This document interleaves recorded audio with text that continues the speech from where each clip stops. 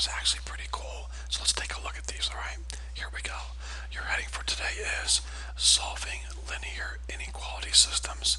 Please copy that in your notes. Lesson 3.4. And be sure to include today's date, alright?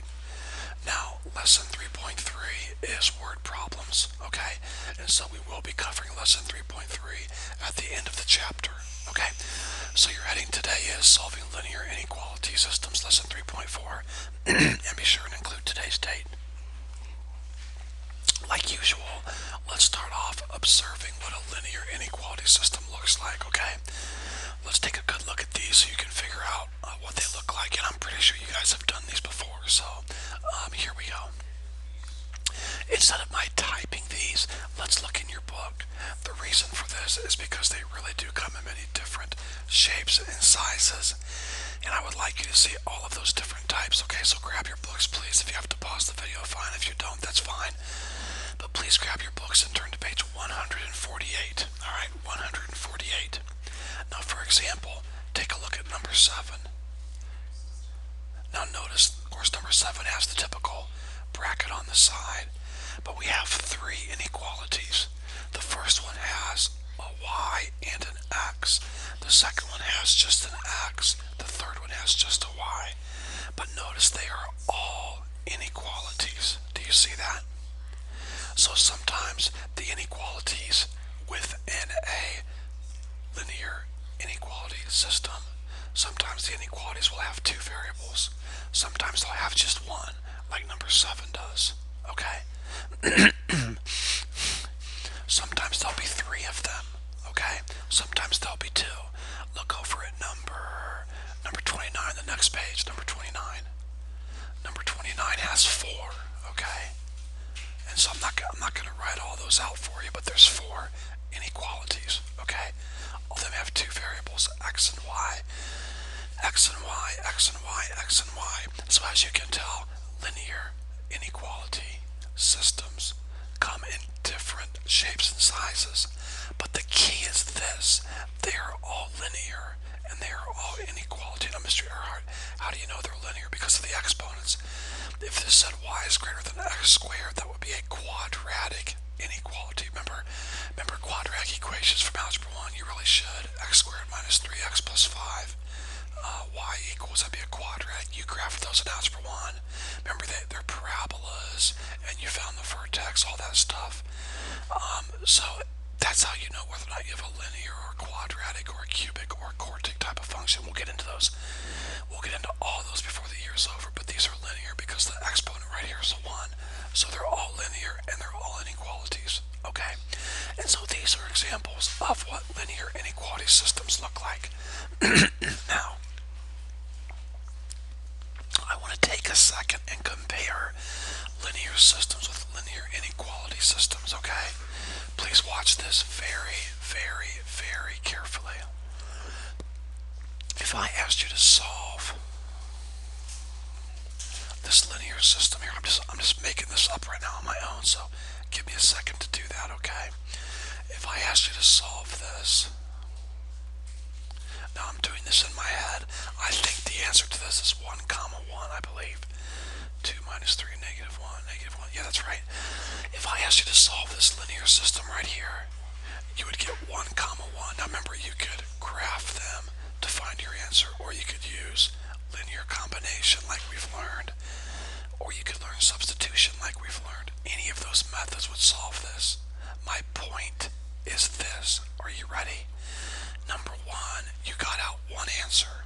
1, 1, right here on the coordinate plane. Number 2, this ordered pair does what? It satisfies one or both equations. Well, you guys know this. It satisfies both equations, okay? Well, Mr. Earhart, you're being really redundant. We've talked about this for a couple days, I know, but I want to show you I want to compare this to inequality systems in a second. So when you solve a linear system, now sometimes you get out no solution. Fine, I understand that. Those are rare situations.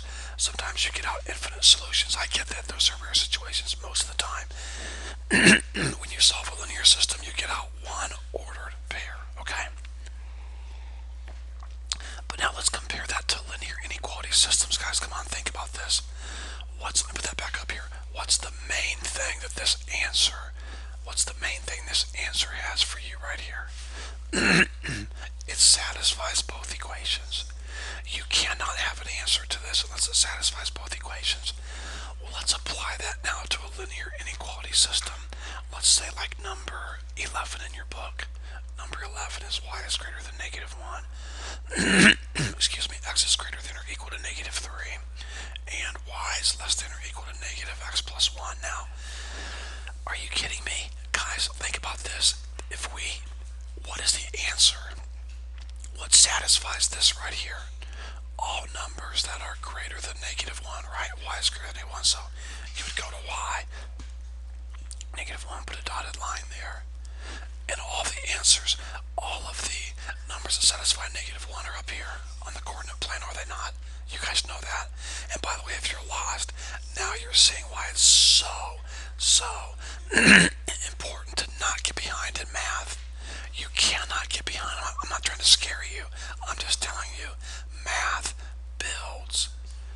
Okay, so if you got behind on graphing these linear inequalities, you're going to have to get caught up real quick. Now look at this system. What is the answer to this inequality here? All the numbers greater than negative 3. So I go to the x-axis, negative 3. Put a solid line here. And now my shading goes like this. Do you see that? And then if I graph this, I get something like, I don't know, put a 0 and get out 1. Put a 1 and get out 0. Put in 2 and get out negative 1. So if I were to graph this thing, I'd be at 0, 1,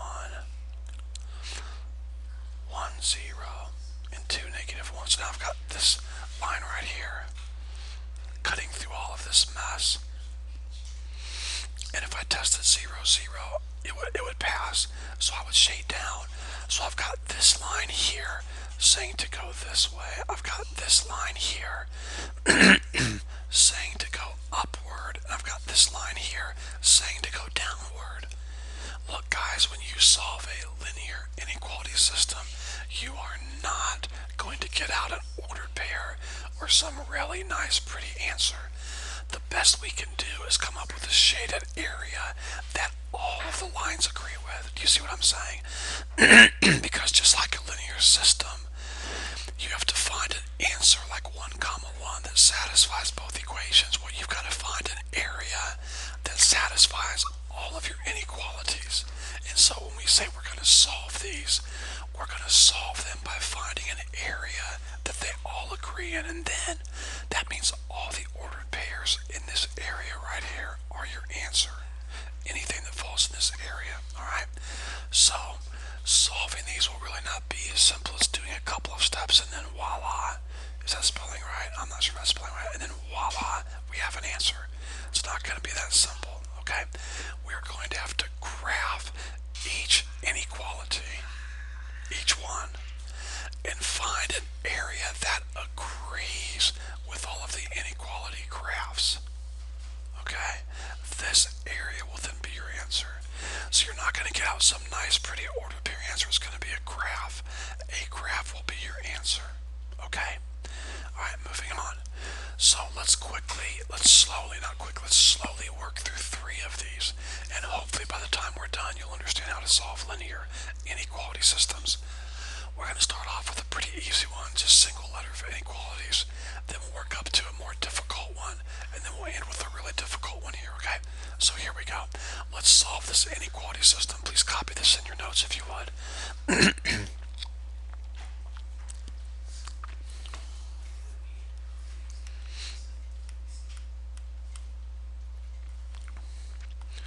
Alright, now, first of all, I've always encouraged my students to graph each inequality one at a time and to number them. Now with a mimeopad, I can color code each one. That's what I'm going to do. Unless you have colored pencils, and if you do, have at it. That's a great idea to color code your different lines, but you don't have to. I just encourage my students to number them, okay? So I'm going to call this line number 1, and let's graph this. X is less than or equal to 3. That's, remember, we pretend we have an equal sign. X equals 3. So we go to the x-axis at 3. Remember, when it's a single letter inequality, listen carefully, students. If it's a single letter inequality, you're either going to have a horizontal line or a vertical line. And all of these are single letter inequalities. So I have x equals 3. I go to the x-axis, put a point at 3, then draw my line. Is it going to be a solid line? Yes, it is, most definitely. And so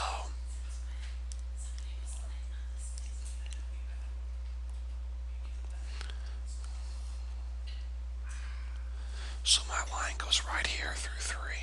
Okay? And now you're welcome to test a point, but you don't need to. Not when it's a single letter inequality. You can just look at what it says. X is less than 3. Well, less than means I'm going this way. Now do not shade. If you shade it, stop and erase it. Do not shade. Is that clear? You do not shade until the end. What you do is you put arrows on the line so that you know which way you're going to shade in the end, and then label this number 1. Got it? Okay, now let's go on to our next inequality. We're going to call this number 2. If you have colored pencils, knock yourself out. Okay, if not, that's fine. Now, number 2. X is greater than or equal to 1. So I'm going to rewrite that with an equal sign. X equals 1. Single variable. Go to the x-axis at 1, put a point there. It's going to be a solid line because there's an equal sign right here. So I'm going to go ahead and draw my vertical line. And we'll put that right over here at 1. Alright, now, notice it says you do not need to test a point when it's one single variable. X is greater than 1, so I know I'm going to shade this way. Okay? And let's call that number 2. It's very important to number your lines. Why is it important, Mr. Eric? Well, I'm glad you asked. Thanks for asking. Later on, before this chapter is over, in fact, actually, pretty quickly, let me glance at my lesson plans here. On Friday, not Friday, but in a couple of days, we're going to be studying linear programming, okay? And that's where you really have to number your lines. So it's good practice, okay? Alright, now, let's go on. Use green. Let's call this inequality number 3. Y is greater than or equal to negative 2. So I'm going to rewrite that with an equal sign. Y equals negative 2. Go to the y-axis at negative 2 and draw your horizontal line, okay?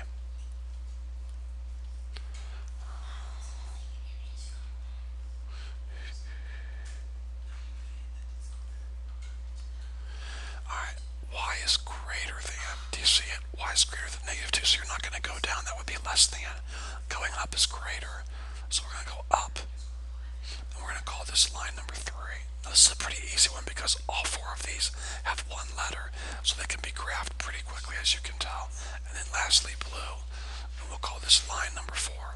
Y is less than or equal to 6. I'm going to imagine there's an equal sign there. Y equals 6. Go to the y-axis of 6. 1, 2, 3, 4, 5, 6. There we go. It is. There's an equal sign here, so it's going to be a solid line.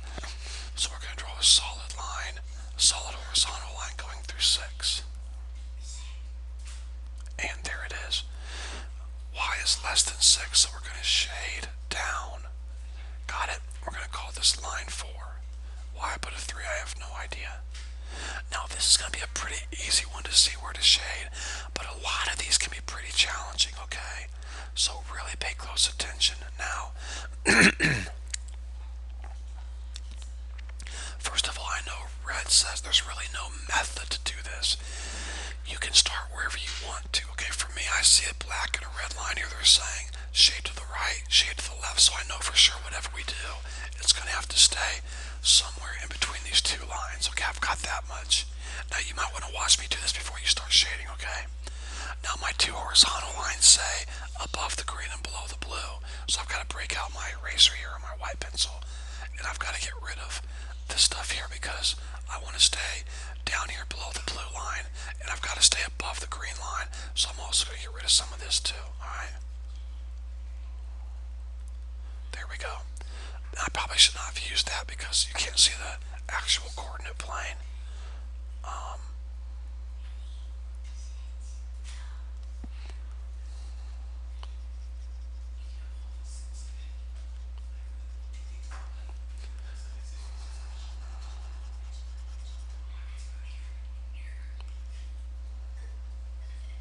There we go. So the area that's your answer is this area right here. Now you do not have to go through and highlight it if you don't want to. That's fine. I'm just doing that now as your teacher so you can really see it, okay? So did I satisfy every single graph? Yes, I did. Blue said I had to stay below this line. I did. Green said I had to stay above the line. I did. Red said I had to stay to the right. I did. Black said I had to stay to the left, and I did. So there's your answer.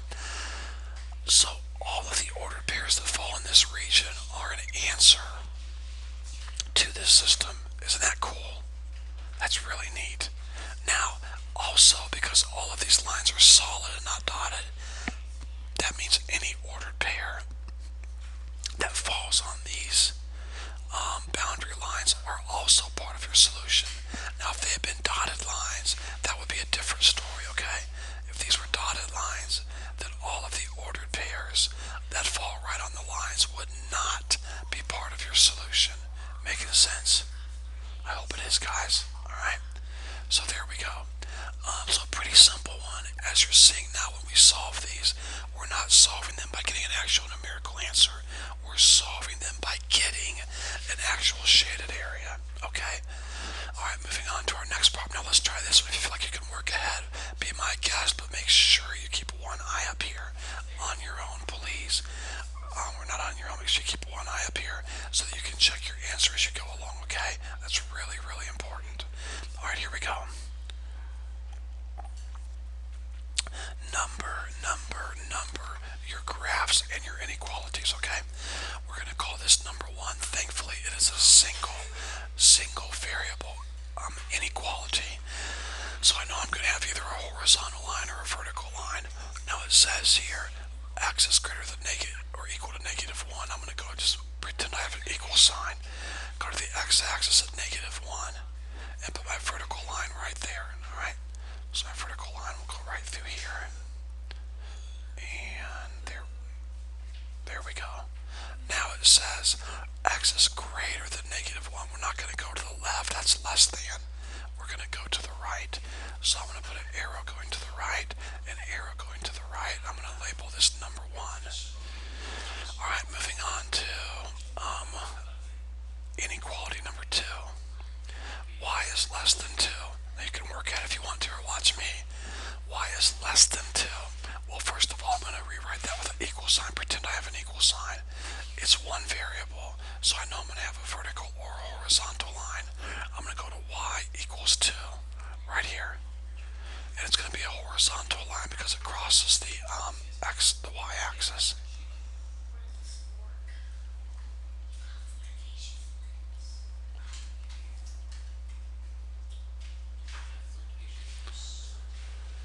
Now, notice it says y is less than 2, so we're not going to shade up, we're going to shade down, less than 2. Alright, let's call this number 2. Now, before I get into my other inequality, it might help to go ahead and do a little shading, okay? I mean, right now I can see, you don't always want to do this, but sometimes when you've had really easy vertical and horizontal lines, it kind of gives you a boundary. You know you've got to stay to the right of the red line and below the black line. So the shading I know is going to be somewhere in this area here, okay? That really might help me, students, okay? So you don't have to do it this way, but for me, I'm going to go ahead and just kind of sketch that in just so I know it's there, okay? It'll help me stay focused. I'm going to go ahead and highlight my boundary here with a different color. So my boundary so far goes from here down to here. Okay, now again, sometimes it's not a good idea to do this. Sometimes it is, just depends, okay? Alright, now, my last inequality, notice, is a two-variable inequality, okay? So it's not going to be a horizontal line, it's not going to be a vertical line, it's going to be, a slanted line. And some of you could be working way ahead of me, and that's fine if you are. For those that aren't, here we go. The first thing I do, I've taught you guys to pretend you have an equal sign even though you don't. Now y is by itself, so there's two ways we can graph this. One way is a table of values. Put in a 0, get out a 2, put in a 1, get out a 4, put in a 2, get out a 6. Okay, that was pretty quick and easy. Another way is to say, okay, y is by itself, so my number with the x is my slope, and my constant term is my y-intercept. That's another great way to do it. So my y-intercept is 2 right here, put a point right there, and then my slope is 2 over what? 2 over 1. So I rise 2, and I run 1 to here, okay? Or another way to do it is to plot the points 0, 2, 1, 4, which is here, and then 2, 6, which is here, and there's your line, okay?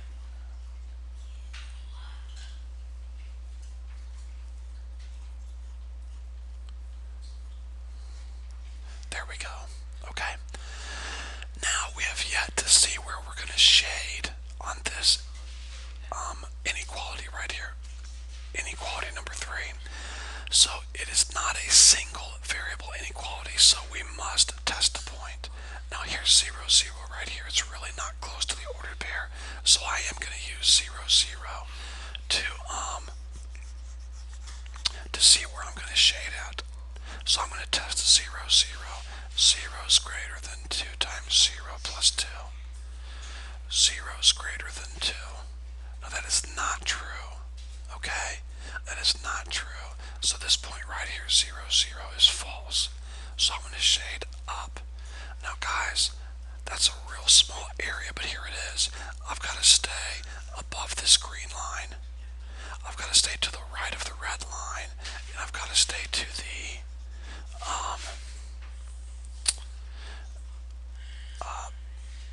below the black line, so you get a real small triangular shape. So there we go. And by the way, I messed up and I apologize. This should have been dotted, shouldn't have it? Sure, it should have been. So this right here should be dotted. That should have been dotted. I apologize. Please fix that in your notes. And this would be, this right here would also be dotted, your green line.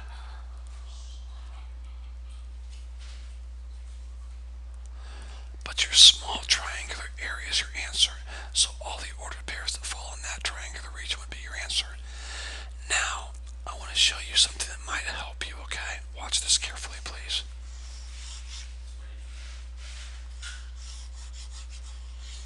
Now,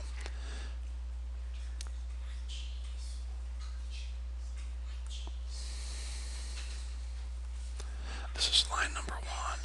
This is line number 2, okay? Shading this way, shading this way, shading this way. I've had some students in the past who really struggle with being able to find the shaded area. So if you're one of those, actually there was one young lady at Berean Academy a couple years ago that really struggled with this. And so what I did is I had her do everything the opposite. So as you do your homework, if you struggle with finding the correct shaded area, may I make a suggestion to you? And the suggestion is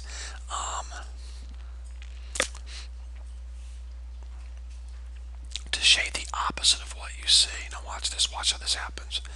This red line says shade to the right, correct? So I'm going to shade to the left everywhere that I possibly can, as much as possible. Okay? I don't care about the green line. I'm going to do the opposite. Okay, I'm gonna rebel to what I'm supposed to do. I'm just kidding, but I'm gonna go the opposite, alright? Now, this line number 2 says to shade down, so I'm gonna shade I'm gonna shade really big and wide, opposite of what it says. Okay? Total opposite, all over the place as much as I possibly can. And the green line says to shade up, so I'm gonna shade below this green line as much as I can. I mean, all over the place. And when you do the opposite of what you're supposed to do, there'll be an area left over that's totally wide open. Do you see it right here? There it is, this triangle right here, and that'll be your answer. So you can do it one of 2 ways. You can figure out, I like the first way myself. You can shade, and I really think you should do it that way. That's just my opinion. If you do it this way, you probably ought to find the area, erase everything, and then color this in. I'm not going to take out points if you don't. If you do it this way and leave an open space, just write me a note saying the area is the open space, and I'll know that. But if this really is how you have to do it to understand where to shade, that's fine. Either one of those 2 methods will work, okay? But this is still your answer right here, this area right in here. I hope this is making sense, guys, okay? These can be pretty long, especially something like this, so let's really get used to this. Now this is gonna be a long problem, so here we go.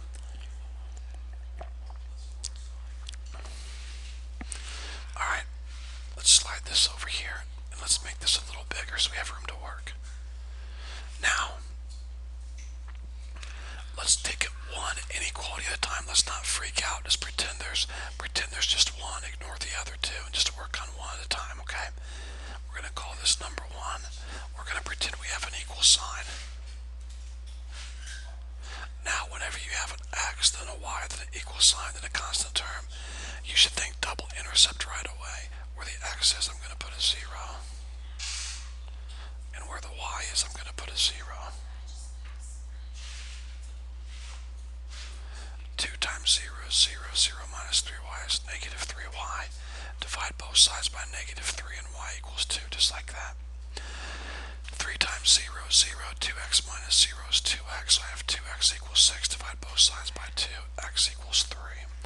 So on the x-axis, I'm going to put a point at 3. On the y-axis, I'm going to put a point at 2. And then notice it will be a dotted line. Okay? So a dotted line. Here we go.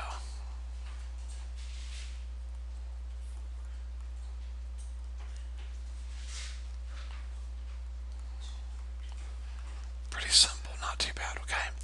So I graphed this. By the way, I noticed I had two variables, an x and a y, so I knew I would not have a horizontal line, and I knew I would not have a vertical line. I knew I was going to have a slanted line, okay? Now, if you graphed this line by using slope-intercept method or plotting points, that's totally fine. For me, I use the double intercept method. Now let's see where to shade. 0, 0 is a great point to test. So where the x is here, I'm going to put a 0. Where the y is, I'm going to put a 0. 2 times 0 is 0. 3 times 0 is 0. 0 minus 0 is 0. So 0 is greater than negative 6. Now at first you might say that's false, but hold on, think of a number line. Here's 0. Here's negative 6 over here to the left. The number further to the right is always the greater number.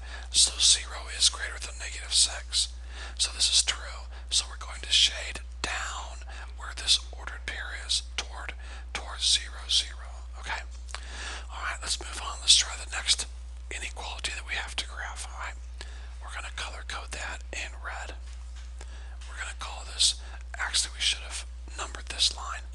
We're going to call this line number 1. Now, let's graph our second inequality.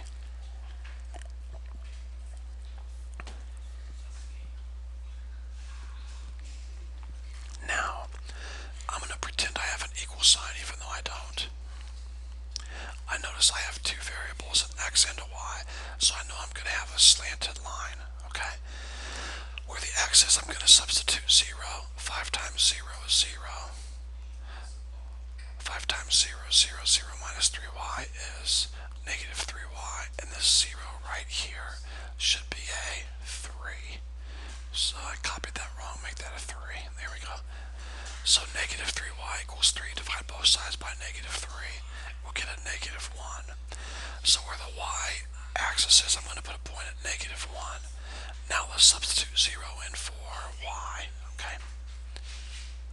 So here's y. I'm going to put a 0 right here, alright? So 3 times 0 is 0. 5x minus 0 is 5x. Divide both sides by 5, and x equals 3/5 or 0.6, alright? So I'm going to go to the x-axis at 0.6, about right here, and it's going to be a dotted line. And we'll connect those 2 points the best that we possibly can. Actually, I'm going to try to get this as exact as possible.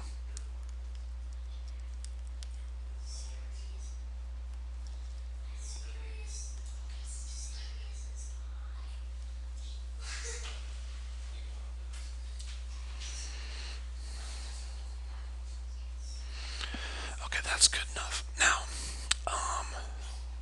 it would be a dotted line, so we'll quickly take care of that.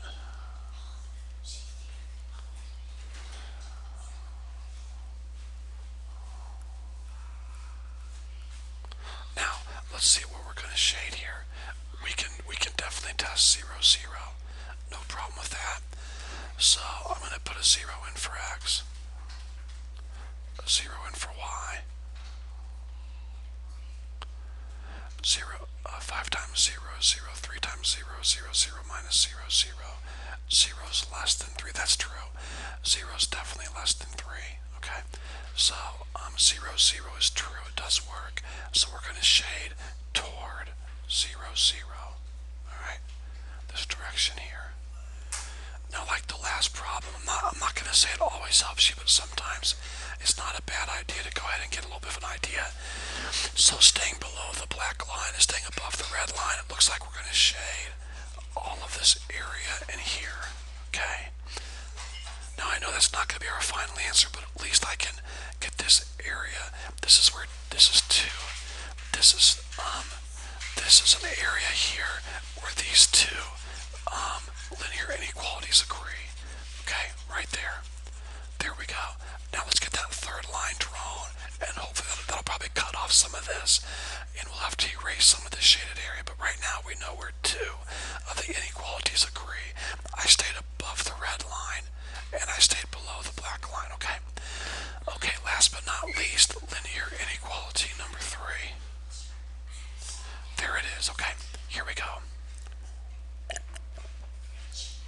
Now, I'm going to pretend I have an equal sign even though I don't. X positive 3y equals negative 3. Where the x is, I'm going to substitute a 0. 0 plus 3y is 3y. 3y equals negative 3. So y equals negative 1. Okay, so on the y-axis we'll go to negative 1 right there. There's actually already a point there. Now, let's substitute 0 in for y.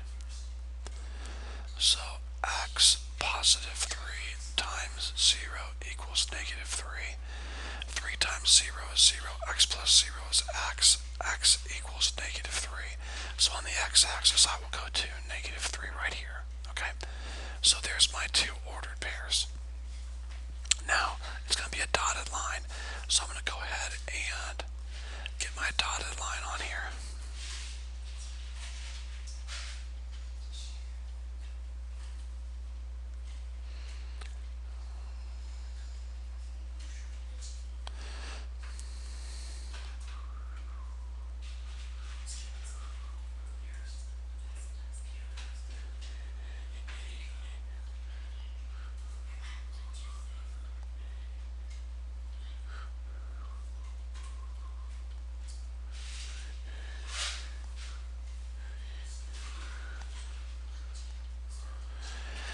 Now let's test an ordered pair to see where to shade on this green line. And by the way, I'm not setting a very good example, and I apologize.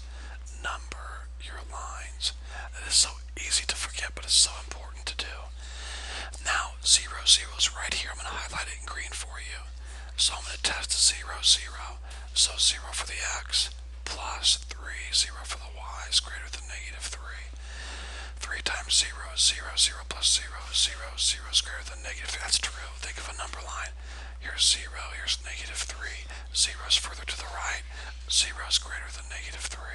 So this point is part of the solution, so we're going to shade up toward the towards 0, 0 like this. So now I know this blue region's been cut off. You can't go below the green line, can you? No, you can't. So I'm going to go ahead and shade, delete or erase all of this blue stuff here, because this is not part of our area at all. We have to stay above the green line. See that, guys? Above the green line. There we go.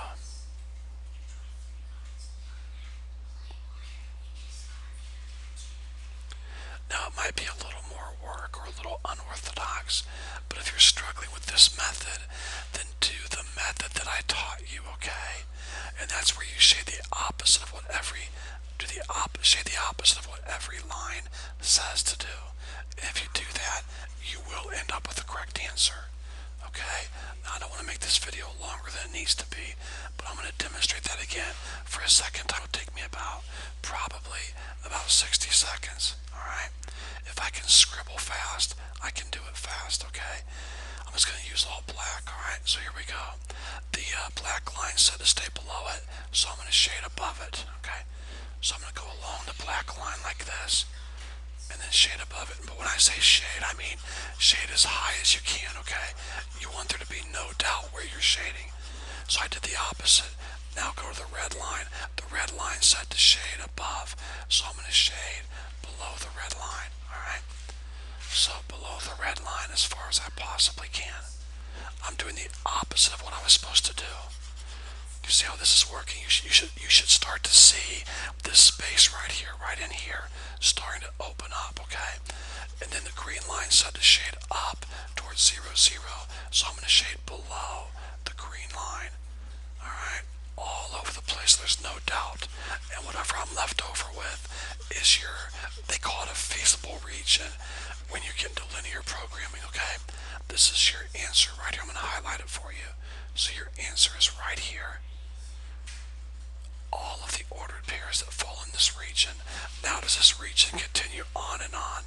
Yes, it does. This is called, by the way, you do not need to know this.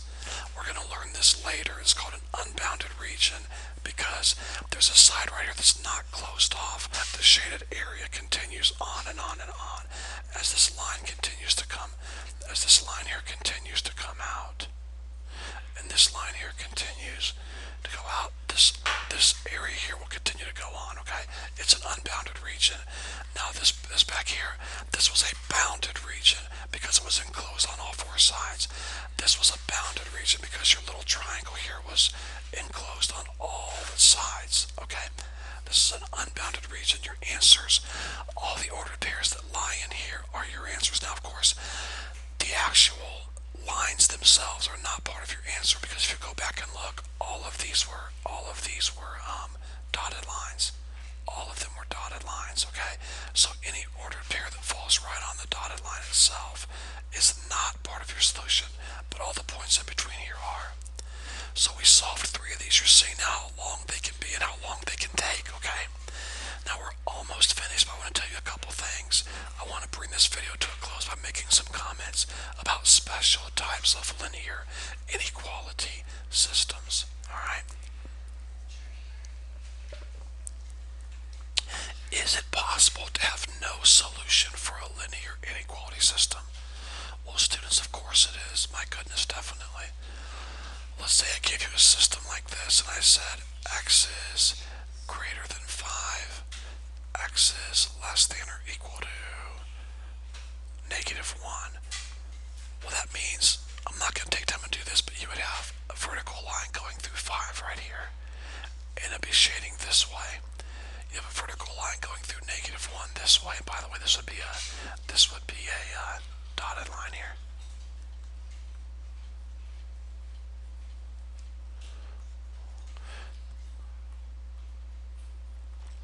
Then we have a vertical line going through -1 like this. This is your y-axis, your x-axis, and it says less than, so you shade this way. So this line says to go this way, this line says to go this way. Will they ever agree? Of course not. So the answer to this would be no solution. Okay, no solution. I mean, definitely. Now, is there any way that you could have infinite solutions, or in other words, an answer that says, that just goes on and on and on? Well, I mean, we know there's unbounded regions, okay, we know that.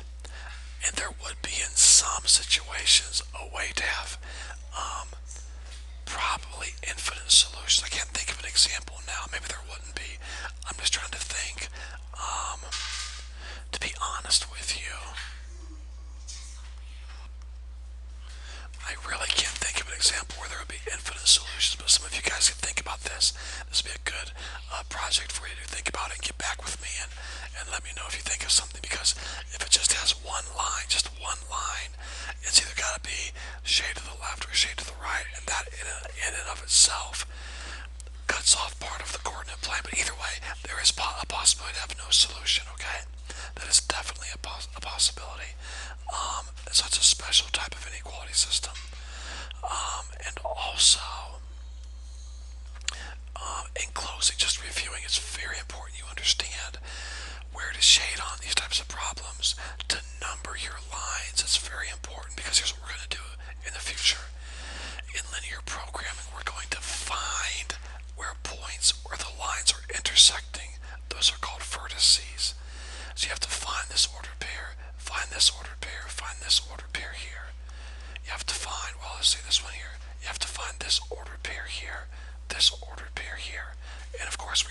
do that. How do you find where two lines intersect? Well, either linear combination or substitution. Remember we learned that the other day. We kept taking two equations and we solved them to find where their intersection point was, okay?